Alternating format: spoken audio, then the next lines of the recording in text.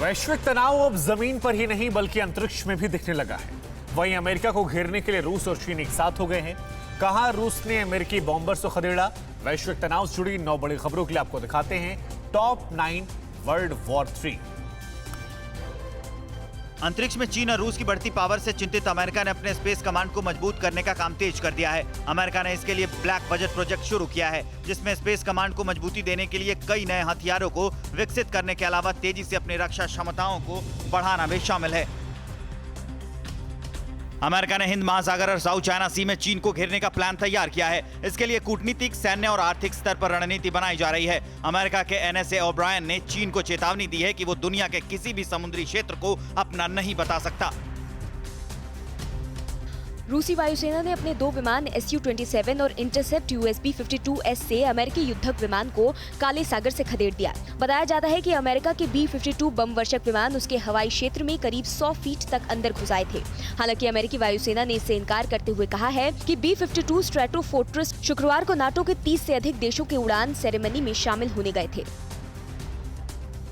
America से बढ़ती दुश्मनी के बीच चीन और रूस मिलकर एक सीक्रेट पनडुब्बी प्रोजेक्ट पर काम कर रहे हैं। इस प्रोजेक्ट के तहत दोनों देश नेक्स्ट जनरेशन की डीजल इलेक्ट्रिक परमाणु पनडुब्बी को बनाएंगे। बताया जा रहा है कि ये देश अमेरिका से बढ़ते तनाव के बीच अपनी तटीय सुरक्षा को मजबूत करने की कवायद में जुटे हैं। रूस में चल रहे आर्मी 2020 में लगा हथियारों का जखीरा। मॉस्को में दुनिया भर के 30,000 से ज्यादा आधुनिक हथियारों की प्रदर्शनी लगी है। आम लोगों के लिए मिलिट्री टेक्निकल फोरम को खोला गया, जिसमें T-14 और T-15 टैंक और जमीन से हवा तक सटीक वार करने वाली S-350 मिसाइल सिस्टम दिखाए गए। तुर्की ने शनिवार को पूर्वी भूमध्य सागर में सैन्य अभ्यास शुरू किया तो ग्रीस ने तुर्की पर हमले का आरोप लगा दिया। ग्रीस और तुर्की के बीच लंबे समय से विवाद चल रहा है। भूमध्य सागर तुर्की और ग्रीस के लिए पहले से ही विवादित रहा है। दोनों अपने समुद्री अधिकारों और गैस संसाधनों के लिए यहाँ लड़ते रहते हैं। साउथ चाइना सी में चीन और अमेरिका आमने सामने हैं। इन सब के बीच अमेरिकी विदेश मंत्री माइक पोम्पियो ने चीन को एक साथ कई चीजों के लिए जिम्मेदार ठहराया है। पोम्पियो ने कहा है कि चीन की इकोनॉमी पर्यावरण की कीमत पर खड़ी है। चीन ने हवा और पानी को बर्बाद कर दिया है। चीन की कम्युनिस्ट पार्टी की यही नीति है, जबकि चीन के लोग और दुनिया इससे बेहतर डिजर्व करती है। गाजा में हमास ने इजरायली सेना के ठिकानों पर विस्फोटक से भरे बलून गिराए।